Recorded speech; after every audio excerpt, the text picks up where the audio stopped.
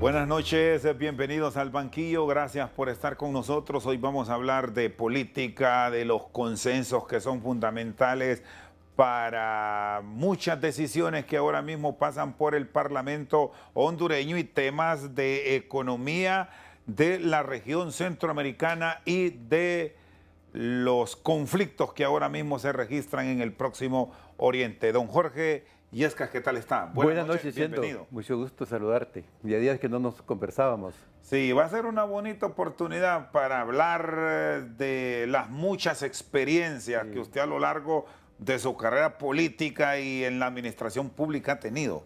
Se han ido perdiendo todos estos procesos de diálogo, de entendimiento entre las partes, no solo los aliados, también la oposición, Sí, para encontrar soluciones a las correcto, crisis. correcto. ¿Qué siente que pasa?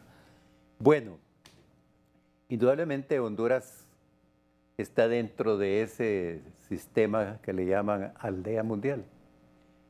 Ya las fronteras de los países prácticamente con toda la tecnología que hay con las comunicaciones se han borrado. Entonces ahora vivimos en una aldea mundial. Entonces, Honduras no es ajeno a los grandes acontecimientos que están sucediendo en el mundo. Esa es una cosa. Pero Honduras también tiene sus propias características internas, que son las que indudablemente tenemos que tratar. Estamos viviendo un momento de una terrible polarización como nunca antes la habíamos visto. Y quiero aclarar esto de la polarización. Uno de los grandes analistas políticos del mundo, que está dentro de los 100 políticos del mundo más cotizado, es Moisés Naim. Moisés Naim es una persona que tiene estudios sobre geopolítica, geoestratégica, geoeconomía. Él es economista. Y señala que lo que vive el mundo ahora, particularmente los países de América Latina, no es precisamente un socialismo democrático, un socialismo marxista-leninista, un trotskismo, sino que lo que vive el mundo en este momento es un autarquismo de izquierda o de derecha. En el caso de Honduras vivimos en un gobierno autárquico, ¿verdad?, que se caracteriza por tres condiciones fundamentales. Una es el populismo. No podemos negar que hay un populismo muy marcado en este gobierno. Y la otra característica es, por ejemplo, la polarización. Entonces, cuando nosotros vemos que se polariza todos los días y que desde los funcionarios del gobierno polarizan, eso es parte de ese nuevo sistema político. Y la otra es la posverdad. Entonces son las 3P. Las 3P son las características de los sistemas políticos que prevalecen en este momento en el mundo, pero particularmente en América Latina y en algunos países europeos. Que, por ejemplo, vemos nosotros declaraciones de dirigentes como el Grillo. Dice, nosotros necesitamos la polarización. Esto ratifica lo que estoy señalando. Y la posverdad es, por ejemplo, cuando están señalando cosas como las que dice Mel, los golpes de... 7 golpes de Estado. Y ya vamos a hablar sobre los 7 golpes. Y por ejemplo, cuando que querían envenenar a este señor. Entonces, una serie de mentiras que son las que se llama posverdad. Entonces, son las 3 características que tiene este sistema en que estamos viviendo nosotros. De ahí, pues, que no es exactamente como alguna gente cree. Estos son comunistas. Ellos dicen, somos socialistas democráticos. Ninguno de ellos es socialista democrático. No tienen ni idea de lo que es socialismo democrático. Absolutamente. Porque otra de las cosas, siendo que hemos hablado contigo muchas veces, es que lamentablemente la mayor parte del hondureño, y particularmente los políticos, no leen, no se informan, pasan desactualizados. Viven como el pajarito, en el caso de muchos políticos hondureños. El pajarito cree que el mundo está hecho de ramitas porque ellos solo ven esas ramitas, el nido, ¿verdad? Y lo mismo pasa en Honduras con los políticos. Entonces, pues, hablando de los 7 golpes, ¿qué podemos decir de los 7 golpes? Yo sostengo siempre, Mel no miente. Mel tiene esa característica que no miente. ¿Por qué no miente Mel? Hablábamos hace un rato con un amigo. Yo le decía, mira, Mel no miente. Entonces me dice él, sí, Hitler tampoco mintió. Cuando Hitler escribe la lucha, My Cap, ahí a la introducción señala lo que iba a hacer y lo hizo dentro de 13 años. Entonces, Mel también. Mel no miente. Mel dice, yo soy antiimperialista. Soy el presidente de la Internacional Antiimperialista y soy anticapitalista. ¿Qué le estamos buscando? Le estoy diciendo la verdad. Con relación a los 7 golpes, yo creo que Mel está diciendo la verdad. ¿Por qué está diciendo la verdad? Porque él ha intentado darle golpe al Poder Legislativo, golpe de Estado al Poder Legislativo. ¿Para qué?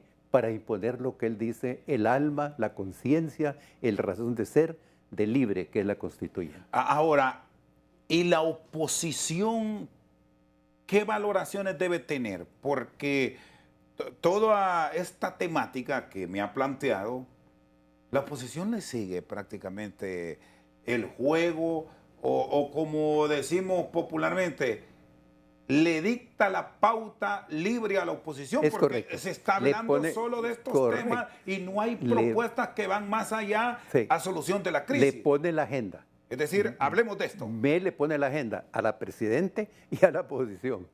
Mel es el que tiene el dominio en este momento, porque no existe una verdadera oposición bien articulada.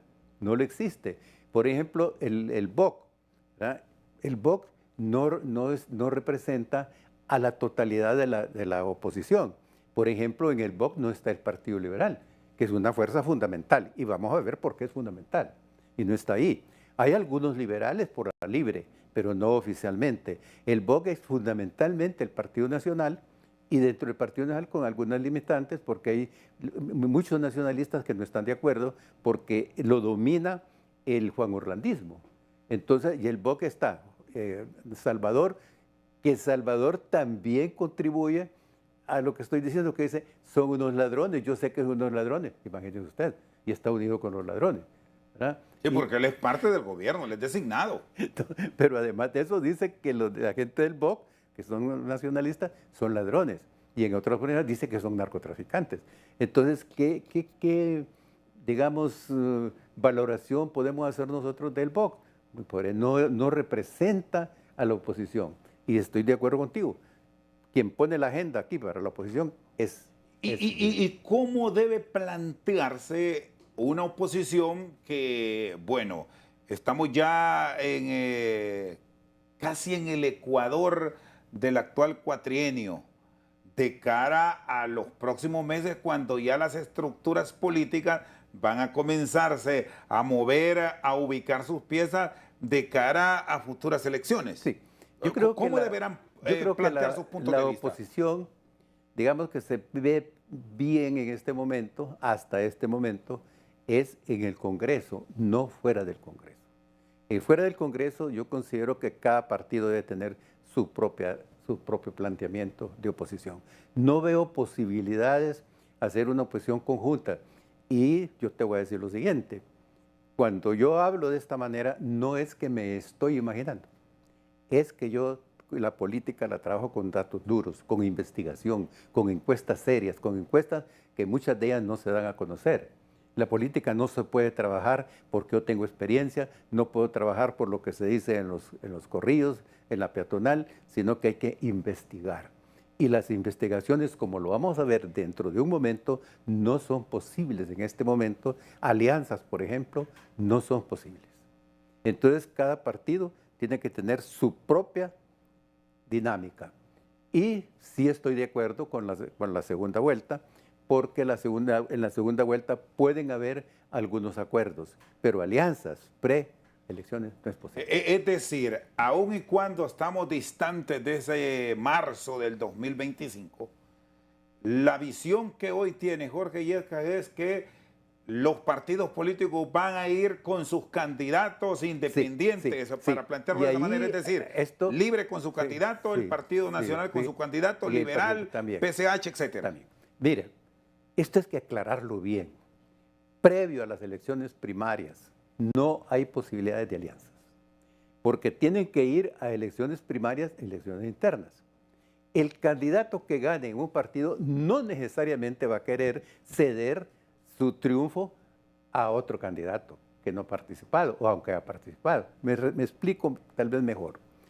En las elecciones primarias en el Partido Liberal va a salir el candidato A. En el Partido Nacional va a salir el candidato B. Y en el Partido Libre va a salir el candidato C, porque van a elecciones primarias. Entonces, cuando se habla de la oposición, sería Partido Nacional más Partido Liberal. ¿Van a querer estos ceder el puesto que han ganado y dárselo, por ejemplo, a Salvador, que no ha participado y que no es de esos partidos? No es posible. Entonces, yo no veo posibilidades, no sé si me he podido explicar bien.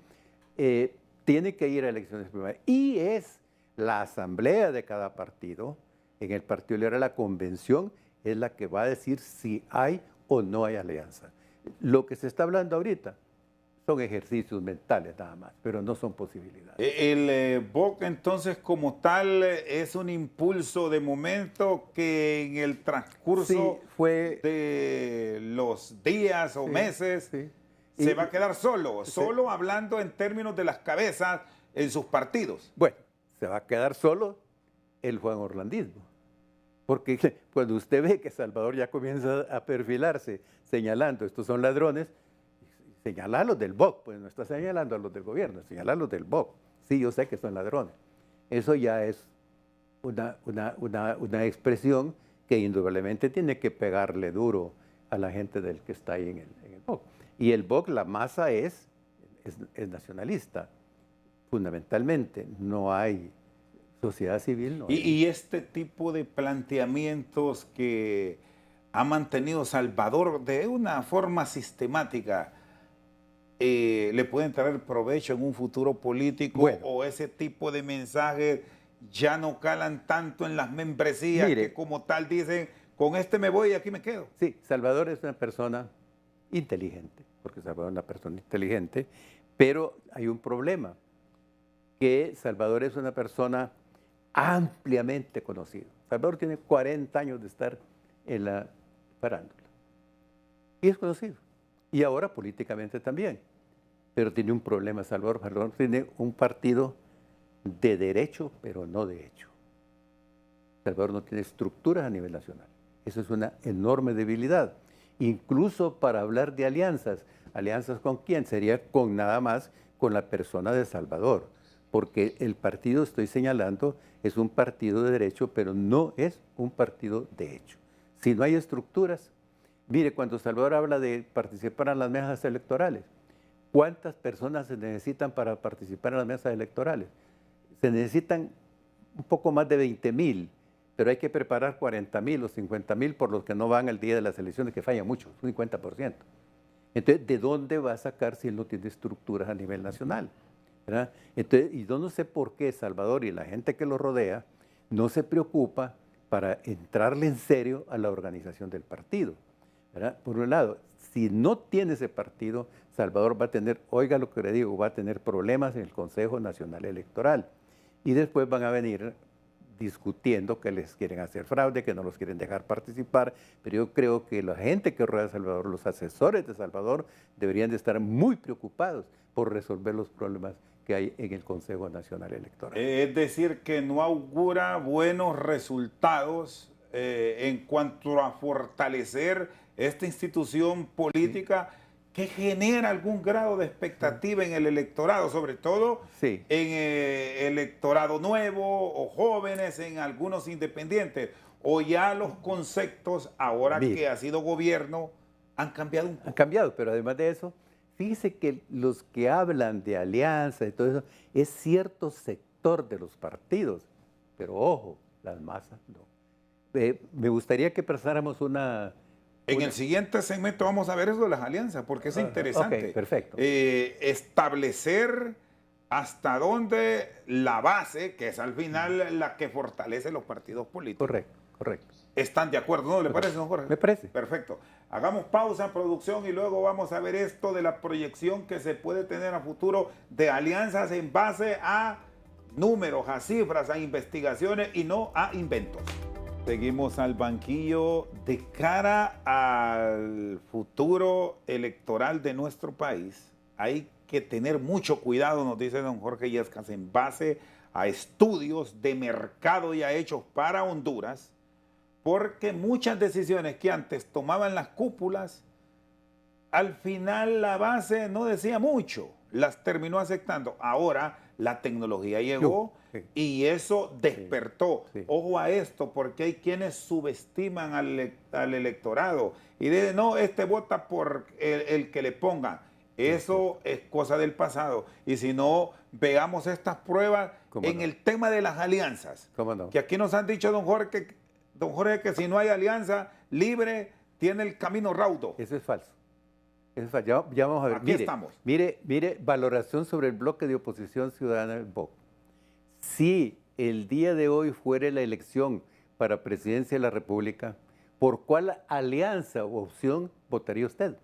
Mire, Alianza Salvador Narrala, Partido Liberal, 9%. ¿Ok? Es la color gris o negro. Negro. Bloque de oposición, 32.7. Ahí está Salvador. Ninguno, 15.5. No sé, 10.4. Pero ahora ve usted aquí, Alianza, Salvador, Narrala, Partido Liberal, Partido Nacional, 8%. Sí, ahí hay una clara fortaleza, lo que usted expone Sí. anteriormente, que en el voto está concentrado la fuerza nacionalista. Sí, así es. Y si usted ve, lástima que las letras de abajo no se ve, pero cuando se habla ahí, por ejemplo, Alianza Liberal Partido Nacional, es como 6%, 4%.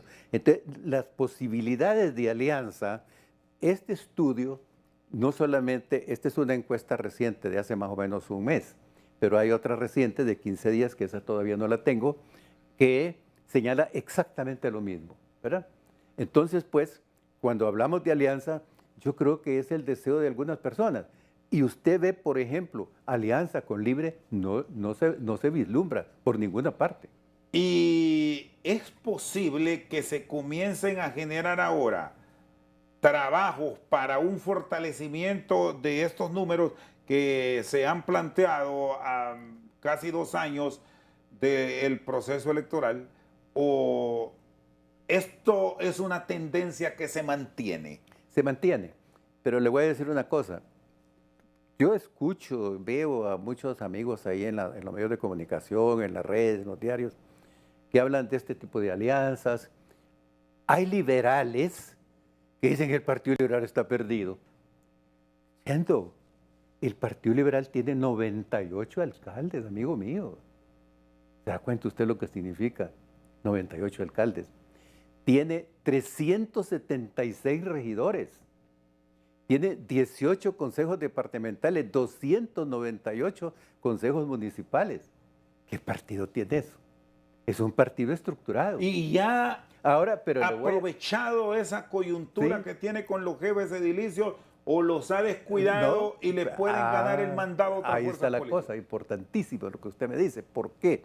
En una encuesta que va a salir en estos días, una encuesta muy seria, hay departamentos donde el Partido Liberal saca 40, 42% en las próximas elecciones. Si las elecciones fueran hoy, ¿verdad? ¿Por qué partido votaría? Entonces dice Partido Liberal, ¿verdad? 40, 42%. Partido Nacional, 30, 31%. ¿Verdad? Libre, 16%, 15%. ¿Verdad? Entonces, y Salvador aparece como Salvador. Pero lo que a mí me interesa es mentir lo que se está diciendo. El Partido Liberal está vivito y coleando. Lo que el Partido Liberal, y fíjese esto que usted me decía, que no se vislumbre en el Partido Liberal un verdadero líder. Ese es el problema. Pero la base está lista. ¿Y el tiempo no les puede jugar una mala pasada? No, yo creo que no. Todavía nosotros tenemos tiempo para sacar un buen candidato. El pueblo todavía no ve, cuando usted pregunta por las candidaturas, usted no encuentra un solo candidato que tenga, digamos, un 25, un 30% de los liberales. Ahí, por ejemplo, aparece uno, me voy a reservar el nombre, pero aparece con 1.2, que es el que más visibilidad tiene, y tiene 1.2, es una encuesta seria. Entonces, ¿qué nos está faltando a nosotros los liberales? Nos está faltando un buen candidato que pueda entender a las masas, y un candidato que no crea que tiene que trabajar como en el pasado. Tiene que entender que hoy las elecciones son tecnología. Tienen que entender, ¿verdad?, que no es cuestión de que lo que yo creí, es tecnología, es organización, es entender la mentalidad de las nuevas ¿Y generaciones. cuándo debe de estar eso ya definido para lanzarlo al ruedo Sí. en un mercado político? Vamos a usar Mire, esta palabra. para mí hubiese sido en este trimestre. O sea, y este año debemos Sí, ya. saber Pero quién es el postulado con no, presencia liberal. al no poderse ver en este trimestre, tendría que ser en los primeros 6 meses, máximo en los primeros 6 meses del año entrante. Pero aquí hay un elemento que quiero que me lo profundice, porque en base a estos números de sondeos de opinión pública, me dice que no alianza. Con este tiempo hacia el futuro, ¿hay el suficiente espacio para llegar con éxito? Porque la interna la puede pasar, la primaria. Tiene que pasar. Para llegar con éxito y con opciones de ganar, porque Sí. ese es el fin Sí, político, sí, el sí. triunfo. Sí, cuando yo le en señalo. noviembre del 2025. Sí, cuando yo le señalo a usted que en este momento, sin tener un líder en el partido que se perfile con fuerza, en departamentos, cuando se hacen las encuestas por departamento, encontramos que el Partido Liberal tiene entre 40 y 45% de posibilidades. La gente, la base del partido, porque, digamos, muchos liberales se fueron para Libre. Y esos liberales que fueron a Libre Sí. han mostrado, según estas Claro. mediciones, ya intención de retorno o ya volvieron. Y le voy a decir lo siguiente. Cuando la gente dice, es que el partido sacó 300,000 votos. Sí, es cierto. ¿Por qué sacó 300,000 votos? Cuando fuimos a las primarias, que fue Luis Zelaya, fue Yanni Rosenthal y fue Vanegas, el partido sacó entre blancos entre blancos Y nulos. y nulos, sacó 850,000 votos. Son liberales, que fueron a las primarias. Bueno, ¿y qué pasó con esos liberales en las generales? Que no les gustó el candidato. Yanni no era la persona indicada. Y hablo con nombre y apellido. No era la persona indicada. Yanni en las primarias sacó 339,000 votos y en las generales sacó 336,000 votos. Es decir, su propio caudal de la primaria se redujo en un Claro, porcentaje ¿y mínimo. qué pasa ahí? Que muchos líderes liberales, ¿verdad?, por aquel afán de sacar también a Juan Orlando y que no estaban de acuerdo con Yanni, fue un ex convicto. Dijeron, no votamos por él. 452,000 liberales votaron por Xiomara Castro para sacar a Juan Orlando y rechazar a Yanni Rosenthal. Esa es la realidad. Y han Y ahora, ya. ¿cómo le puedo demostrar yo a usted estas cifras? Los alcaldes sacaron casi 1,000,000 de votos, ¿verdad? Y en las primarias nosotros sacamos 800,000 votos, son en las primarias. O sea que el Partido Liberal tiene un caudal. Y yo lo que le estoy diciendo es con números, con investigación, no es porque yo me imagino. Yo trabajo con las actas del Consejo Nacional Electoral, trabajo con encuestas, ¿verdad? Entonces, lo que estoy diciendo yo lo puedo probar. Por eso lo he pasado ahí. En este momento, ¿cuál es el partido, en base a los números, que muestra mayor crecimiento o fortalecimiento en su base? Tiene una proyección el Partido Liberal y un decrecimiento sustancial el Partido Libre. Vamos a ver, por ejemplo, cómo está el gobierno en una de estas. Sí, ya vamos a proyectar la revisión del gobierno ahora. Sí. El Congreso Nacional es un punto clave porque ahí, si vemos los últimos procesos electorales, que usted me dice que revisa números, el Partido Liberal ha venido decreciendo. En el Congreso. En un poder del Estado que es fundamental y que ahora... Sí. Es el que está mostrando el verdadero músculo de la oposición con el tema de la elección del fiscal general. Sí. Esa alianza, ¿por qué ahí se ha dado resultado frente a que en el BOC no se incorporó el Partido Liberal como tal, pero ahí en el Congreso sí? Mire, en el Congreso indudablemente hay intereses personales, pero la bancada del Partido Liberal, que ha estado muy dividida, y que el partido tiene 22 diputados. ¿Por qué tiene 22 diputados el partido? ¿Por qué sacó más alcaldes que diputados? Porque muchos de esos diputados están totalmente quemados, muy identificados con Yanni. Entonces iban algunos candidatos que no eran realmente populares en los pueblos, sino que obedecían particularmente a los intereses de la corriente llanista. Entonces, no, ahí los diputados que llevaron como candidatos no eran las personas más indicadas. Entonces, indudablemente, el pueblo no votó por ellos. Pero tampoco fue a votar por Libre, porque Libre solo tiene 50 diputados. Tampoco votaron por el Partido Nacional. Que tuvo un descenso, tiene Claro, 43 o 44, pero bajó. En parte del Partido Liberal hubo una tremenda abstención para la candidatura de los diputados, una tremenda abstención, ¿verdad? Porque, claro, como no existe suficiente cultura, en Honduras no se sabe bien la diferencia entre los tres poderes del Estado y mucho menos de lo que es la Fiscalía. Entonces, la gente votó por Xiomara, pero no votó por los diputados, ¿verdad? Y solo 50 diputados tiene Libre. ¿Qué le quiere decir eso? ¿Y cuántas alcaldías tiene Libre? 50. 50. Entonces debe entender que el 1.700.000 votos fue para Xiomara, pero no precisamente por el programa de Xiomara, por la ideología de Xiomara, no, por su carisma, no, para sacar a Juan Orlando y para no votar por Yanni. Esa es la realidad. Muy bien, vamos a ir a una pausa, luego seguimos con esta revisión del panorama político del país y las grandes decisiones que se deberían haber tomado ya en el Congreso Nacional, pero por la falta de consensos seguimos en espera de muchas elecciones de segundo grado. Ya regresamos.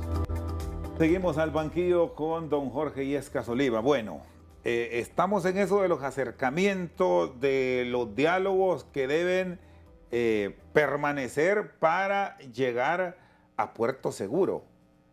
Allá en el Congreso, reiteramos, sí está unido el Partido Liberal. No sé si tienen los 22 diputados firmes, creo que hay 20, hay 2 que todavía no lo tienen claro. Tienen 43 del Partido Nacional y 8 del Partido Salvador de Honduras. Estamos hablando para una elección de segundo grado que ocupan mayoría calificada. 86. 86, frente al acuerdo de Libre, sí, que tiene el apoyo de diputados del Partido Salvador de Honduras, sí, con Redondo, sí, Redondo, y la Democracia Cristiana. Sí, tiene 52 diputados Libre. Sí, ¿cómo entender que en el Congreso sí funciona la alianza, pero a nivel de otras actividades dentro de la misma política vernácula no? Sí, mire, ahí hay un punto fundamental que es la Fiscalía. La Fiscalía es un punto que une o divide en este momento. Y la Fiscalía ha logrado en este momento unidad para... Fíjese que la unidad de la oposición sería prácticamente con uno de los candidatos, Pero como tienen que haber 2, entonces pusieron 2. Pero, y ahí es donde ha logrado. Y la bancada del Partido Liberal se reunió muy fuertemente, se lo digo con conocimiento de causa, y los diputados del Partido Liberal se pusieron de acuerdo que iban a mantener unidad. Y en esto, Yanni Rosenthal se hizo a un lado. Ya ha quedado el Central Ejecutivo, la bancada, el Central Ejecutivo con Alan Ramos. Pero sí el Central Ejecutivo ha tenido la oportunidad de conversar con su, vamos a decir, con su brazo legislativo. Con su brazo legislativo. Ha tenido la oportunidad de mantener esa cohesión. Hasta este momento hay una cohesión entre el Central Ejecutivo y la bancada. Y a los diputados de esos, solo hubo 2 disidentes por ahí, pero los demás lograron pues mantener esta unidad. Hasta este momento esa unidad se mantiene y hasta este momento Yanni no participa en esto, está marginado, ¿verdad? Entonces, esto ha facilitado mucho el trabajo del Partido Liberal en el Congreso. E indudablemente también las bancadas, particularmente la del Partido Liberal y del Partido Nacional, sí han hecho un estudio de los candidatos a fiscal. Y vamos a hablar de eso. Mire, Chento, yo he estado leyendo, estudiando los currículos de los 5 candidatos propuestos por la Junta Proponente. Realmente, el currículo impresionante es el currículo de Yanni Almendares. La dama. Esa mujer tiene una formación académica que no la tiene ningún otro. Muy pocos profesionales de derecho tienen una formación como la que tiene la abogada Almendares. Además de eso, tiene una práctica en la fiscalía, tiene práctica como docente, es investigadora, tiene una cantidad de tesis que ha elaborado, de estudios en el exterior. Es la que mejor currículum, tiene un currículum impresionante. ¿Y qué resulta? Yo me pregunto, ¿a dónde están las organizaciones de mujeres defendiendo los derechos de una mujer que se ha ganado ese puesto? Están ausentes. ¿A dónde están todas esas organizaciones de mujeres que eran muy beligerantes cuando estaba Juan Orlando? Y hoy están muy tranquilitas. ¿A dónde está el Visitación Padilla defendiendo los intereses de esta mujer? Y lo mismo con Ana Pineda. No hicieron nada. Entonces, pues, ¿qué pasa con las mujeres? ¿A dónde están las mujeres políticas que dicen que no son sectarias, sino que tienen formación política? ¿A dónde están esas mujeres defendiendo a Yanni Almendares? Brillan por su ausencia. ¿A dónde están todas las mujeres de las organizaciones sindicales, gremiales, abogados, médicos? Todas las mujeres, ¿dónde están? Brillan por su ausencia, ¿verdad? Y ahora vemos al que propone Libre como candidato a la fiscalía, el señor Zelaya. Mire, el señor Zelaya, primero, tiene una serie de ocultaciones en su planteamiento. Nunca dijo que era regidor. Nunca dijo que es abogado, ¿verdad?, de algunas instituciones. Nunca señaló él en su currículum, es un currículum sumamente pobre, sin ninguna experiencia penal, cero experiencia. Entonces, si usted compara el currículum de Jenny con el currículum de Joel, encuentra usted una diferencia de 2 a 98. Jenny tiene 98, él tiene 2. Y ahí vienen las manipulaciones, la burla. Ve usted, por ejemplo, la Junta Proponente, aquí están los 5, pone a Jenny de primero. El Congreso nombra una comisión piruja y pone de primero a Zelaya cuando no hay posibilidades de eso. Además, está fuera de la Constitución. La Constitución dice que el Congreso va a elegir al fiscal y al fiscal adjunto de 5 personas, abogados, propuestos por la Junta Proponente. ¿Y en qué puede terminar todo esto, don Jorge? Ustedes están acostumbrados a muchas negociaciones del pasado e incluso han hablado hasta de tercería, sobre todo porque no terminamos. Mire, yo le voy a decir una cosa. A mí me gustaría que me pusiera ahí unas declaraciones del diputado llamado Chele Castro. Yo al Chele Castro le doy seguimiento porque el Chele Castro dice muchas verdades. No tiene, como dicen coloquialmente, no tiene pelos en la lengua. Usted me hace referencia a declaraciones de los que votan. Esto es lo que decía Edgardo Castro. ¿Por qué se han entrampado las negociaciones de la elección? Sí. Mire, ¿por qué no quieren a Jenny los de Libre? Aquí da la respuesta don Edgardo Castro. Dice la verdad. Ella, Jenny Almendares, procesó y culpó a casi la mitad de los ministros del gobierno de Manuel Zelaya Rosales. Entonces, ¿por qué la habríamos de apoyar? Y en otro señala que es Arobonano, que es el Carretillazo, todos esos Chimirri. Ahora, yo le voy a decir una cosa, si a esta abogada le llegan esos casos a la fiscalía, ella no va a decir, mire, esto no lo voy a tocar porque son de Bel. A ella le llegan y tiene que actuar como abogada. Y esa es la característica de Jenny. Ahora, don Jorge, no podemos seguir con esta parálisis. No. Y hay que tomar decisiones. Yo le planteaba lo de las tercerías. Sí.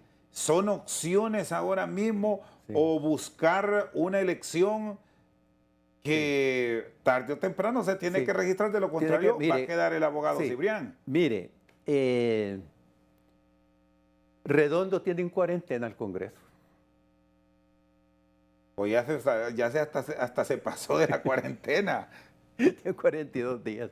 Mire, esto es una ilógica, y ahí es donde yo le señalo, él tiene razón, ahí quería dar un golpe, él, porque ellos quieren que se elija a ese señor Joel cuando solo tienen 52 votos y la oposición tiene 74.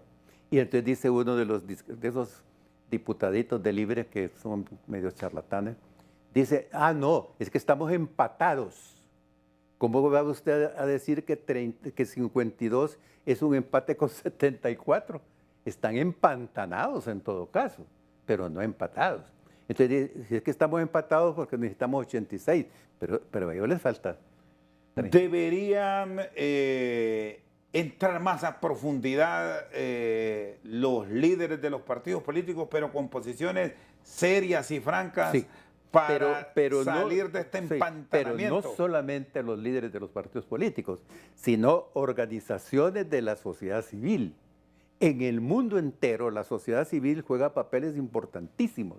Hay un libro que se llama El Pasillo Estrecho, no sé si usted lo ha leído, donde señala, eso fundamentalmente sobre la libertad, son como 800 páginas, pero ahí habla claramente bien que el papel en los países que se han desarrollado, en los países donde hay seguridad jurídica, Estado de Derecho, la sociedad civil juega un papel muy importante, pero Honduras no lo está jugando. Sí, porque aquí en la sociedad civil y a ese ciudadano Sí. solo se acuerdan de él cuando lo ocupan para el voto, pero después esto es de cúpulas. Entonces, pues, pero también en la sociedad civil, mire, yo miraba aquel montón de O organizaciones. es que la sociedad civil se volvió muda. Muda o cómplice. Más creo que cómplice. Muchas organizaciones. Y con todo esto, don Porque Jorge, yo le voy a decir, aquí la lucha de mujeres y hombres, pero que la deben encabezar las mujeres, es frente al Congreso peleando porque Jenny Almendares sea la fiscal. Ella es la que se ganó el puesto en esos 5 o en los 26 que participaron. No se lo ganó otro. Ella está arriba, pero muy arriba de todos. don Jorge, con todo esto que estamos viendo, este escenario tan polarizado que no da un paso al frente, debería, entre tanto se conversa, el Congreso Nacional arrancar Sí. con sus sesiones porque está Claro, paralizado pero- y ahí hay otra claro, serie de disposiciones de Estado y de país que se deben discutir. Mire, con este caso de Joel, además de lo que estamos señalando, que no tiene, digamos, ni mínimamente comparable el currículum con Jenny, hay otro problema. Este señor es muy cuestionado. Yo le traía a usted un documento que lo dejé en mi oficina, donde está señalado en los tribunales de justicia, vinculado, eso no lo digo yo porque me lo estoy inventando, está escrito. Yo tengo por costumbre no especular. No me gusta hablar si no tengo pruebas. Y ahí está la prueba, en el de la Fiscalía, del propio Fiscalía, donde este señor ha sido abogado de un narcotraficante que hicieron maniobras para favorecerlo, él. ¿Verdad? Yo le traía el documento. Yo no estoy hablando porque se me ocurre. Yo a ese señor nunca lo he visto en mi vida, no lo conozco. Tampoco conozco a Jenny, nunca he trabajado, nunca he visto a Jenny. Yo únicamente he estado investigando a los 5 candidatos. Y he investigado sus currículos, tengo todos sus antecedentes, he averiguado con abogados amigos que los conocen, ¿verdad? Y no encuentro dentro de estos 5 otra persona más calificada que Jenny Almendares. Muy bien, don Jorge Illescas con nosotros al banquillo. Pausa, ya regresamos. ¿Qué está pasando con las decisiones a nivel del Poder Ejecutivo? Ya vimos lo del Legislativo en el Ejecutivo.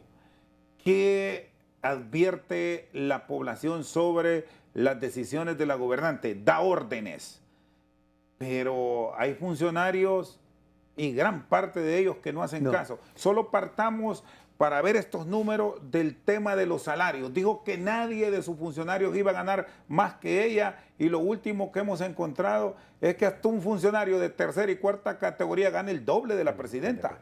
Sí, mire, hay una incongruencia en todo lo que hacen el gobierno. Una cosa dice el presidente, otra cosa dicen los ministros, otra cosa dice Mel. Por ejemplo, en lo del golpe de Estado. Mel dice 7 golpes de... Ya le dijo usted cuáles son los 7 golpes de Mel. Pero el ministro de la defensa, de Fortín, el Consejo de Fuerzas Armadas, El jefe del Estado Mayor Conjunto, dice, no hay golpe de Estado de ninguna manera contra doña Xiomara, contra la presidenta. Pero usted había dicho, le hizo un llamado público a unos generales. Sí, pero nada más era para recordar que las Fuerzas Armadas no es golpista. Pero él dice que es golpe, pero el ministro el jefe del Estado Mayor Conjunto dice que no. Entonces ve usted las contradicciones. El Chele Castro, en una de las fotos que tengo ahí, habla de las barbaridades que está haciendo Xiomara. El despilfarro, dice, está gastando 25 millones de dólares en carros blindados. Ahí está, lo dice el Chele Castro. Doña Xiomara dijo que va a terminar con todos los carros de lujo. Y ahora los carros de lujo se han triplicado, cuadruplicado en el gobierno. Entonces, visto una serie de contradicciones que hay. Eso ha llevado a una situación que ahora tiene usted ahí en esa gráfica que vamos a ver. A ver si ponemos las gráficas, José. Mire. ¿Cómo cambiar estos números? ¿Es posible que eso se dé? No, mire. ¿Mejorarlos? No, eso no es posible. ¿Por qué? Por el estilo de gobierno que tiene Mel. Mel no aprendió las lecciones del 2006-2009. Sigue trabajando igual o peor que... Mire lo que dice ahí, para que vea usted que es difícil.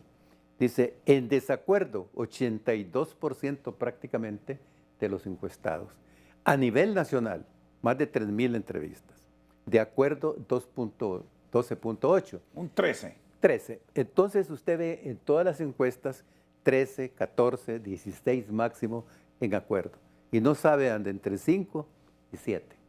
¿Verdad? Entonces, con una imagen de esta naturaleza, un gobierno, y esta es una encuesta muy seria, con una altísima tecnología, la tecnología de punta que se tiene aquí en Honduras. Mire usted, mire la otra. Pasemos a revisar otra de las mediciones.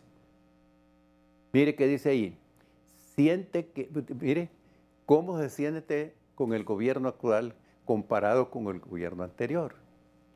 Siento que estoy peor, 66%, 67% casi, ¿verdad? Siento que estoy igual, 19%. Siento que estoy mejor. Fíjese, 11.3 casi pareció a los 12%. Que le digo que los que aprueban, ¿no? Está el margen de aprobación del gobierno anda entre los 13 y los 16%. Y la desaprobación, más de 80%. En el caso de las simpatías, por ejemplo, digamos, pasemos a la otra. Dice, pasemos por ejemplo, a la otra. Imagen de los personajes. Imagen de Mel Zelaya, 78% negativo. Y Xiomara, 74% negativo. Y en esta dice, por ejemplo, ¿cómo considera que estará el gobierno de aquí a 2 años? Lo que usted preguntaba, ¿cómo va a estar esto? ¿Cree usted que se puede cambiar? Mire lo que dice ahí, peor que ahora, 69%. Igual que ahora, 16%, pues, y es lo que le estoy diciendo, ese 16% se mantiene. Mejor que ahora, 9% nada más, militantes de Libre, ¿verdad? Y no sabe el 5%. Pero fíjese usted, para su pregunta, ¿podrá mejorarse? Mire lo que percibe el pueblo. Esta es una encuesta de 3,000 y pico de personas. Peor que ahora, 69%.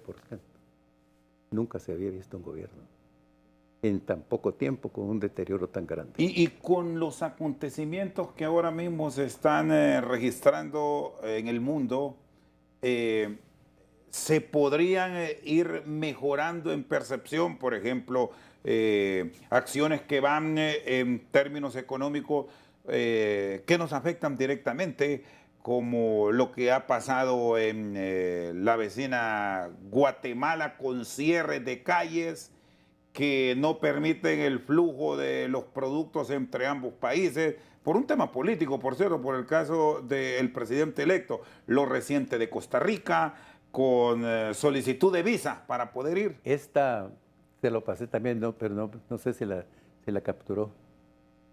No, vamos a ver, este es otro de los... Esto es para lo de las visas. Sí, bueno, pero aquí lo podemos compartir, don Jorge, sí, perfecto. tener la visión. Correcto. ¿Qué nos puede esperar? Porque incluso podemos sumar hasta lo que puede tener como repercusión para nuestras economías el conflicto armado de Israel. Y sin más atrás vamos desde el de Rusia, ¿verdad? Fíjese que si usted ve el mapa mundi,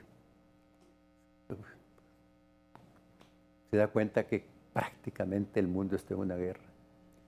Mire lo que está pasando en España. En España hay un desgobierno. No se ha podido integrar el gobierno. Hay unas manifestaciones de 60,000, 70,000 personas. Una cosa espantosa. Pedro Sánchez, por ejemplo, quiere darle la amnistía a los que están presos y exiliados. Eso ha ocasionado un problema en España horroroso. No pueden conformar gobierno. Ve usted Rusia, Ucrania, todos estos países que están prácticamente en guerra ahorita, Israel con esta gente de Gaza. De Gaza. Ese es un problema muy delicado, muy difícil de entender para nosotros. Porque realmente, si usted ve el gobierno palestino, no se pronuncia. Usted ve cómo una cantidad de palestinos están manifestándose en Israel, los palestinos que viven en Israel, manifestándose en contra del ataque terrorista. ¿Verdad? Y hay una sorpresa en el mundo. ¿Dónde estaba la inteligencia? El Mossad. El Mossad, ¿dónde estaba la inteligencia? Y hablábamos con un amigo que entiende bastante de estas cosas y me decía una cosa muy sencilla. Desde el momento que gana este primer ministro de Israel las elecciones, hay un conflicto con el Partido Laborista, muy fuerte. Hay unas luchas internas en Israel sumamente fuertes. Y es decir, no solamente han descuidado el Mossad, sino que también han debilitado el Mossad. Entonces se han dedicado a la conflictividad interna, y la contrainteligencia indudablemente se da cuenta, y se da cuenta que no hay suficiente inteligencia fuera de las fronteras de Israel. Entonces aprovecha el momento, esa coyuntura interna, y además la gran fiesta de los tabernáculos, toda esta semana que ha estado en fiesta, en todas sus ceremonias religiosas y festivas en Israel, se aprovecha toda esa coyuntura. Pero no es precisamente un planteamiento de los palestinos, sino de un grupo terrorista que está vinculado con Irán, ¿verdad? Entonces, cuando usted ve pero toda esta conflictividad que hay en el mundo, indudablemente afecta a estos países. Y esto de Costa Rica y esto de Costa Rica y de Honduras. Guatemala. Bueno, lo de Costa Rica. Costa Rica tiene un comercio con Honduras de más o menos 650 millones de dólares anuales. Comercio que viene de Costa Rica a Honduras. Y Honduras exporta más o menos 120 millones de dólares anuales a Costa Rica. Es una balanza comercial deficitaria. Totalmente deficitaria. ¿Quién afecta más desde el punto de vista comercial? Costa Rica. Y Costa Rica, que tiene gente muy calificada, ¿por qué asume esa actitud sabiendo que va a perder? Hablan del tema de inseguridad, sí, de delincuencia, correcto. Pero el delincuente no va a pedir visa. Ahí vamos. El delincuente entra ilegal. Primero pone en evidencia cero diálogo entre Honduras y Costa Rica. Porque Honduras, a pesar de que dice dialogamos, hablamos, realmente no existen diálogos. La imagen de Honduras, además, en el exterior, es una imagen totalmente negativa. La imagen de Honduras es de un Estado fallido, de un narcoestado, ¿verdad? De un país donde no existe seguridad jurídica. Y cuando el asesor presidencial dice, hay 7 golpes contra Xiomara, las repercusiones de esas declaraciones son fatales en el mundo. Y le voy a señalar lo siguiente. Mire, por ejemplo, Honduras, entre 20 países más afectados por el crimen organizado, está en el 13º lugar de los 20 países más violentos del mundo. Aquí tenemos para cerrar. Ahí está. ¿Verdad? Entonces, ¿qué pasa? Se señala en los medios de comunicación de México, de mismo Costa Rica, hay un departamento, San Francisco Morazán, donde existe una comunidad de sicarios. Que esos sicarios viajan para Costa Rica, viajan para Guatemala, viajan para El Salvador, viajan para México, viajan para diferentes lugares. Es decir, estamos exportando sicarios, no estamos exportando tecnología, no estamos exportando productos, sino que imagínese usted entre la imagen que tiene Honduras y que nos ubican, cuando nos quitan la visa, nos ubican con los países más desprestigiados del mundo. Entonces, es un problema grave y el diálogo está ausente. Entonces, hay que tener claro, los gobernantes tenemos en este momento deberían de estar bien claros que por mucho que hablen aquí, que estamos fortalecidos, usted ve que no es cierto. ¿Verdad? Y usted ve el desprestigio internacional que tenemos nosotros. Don Jorge, le agradezco, muy amable. Muy amable, siendo. Don Jorge Illescas Oliva con nosotros esta noche al banquillo. Muchas gracias por su sintonía.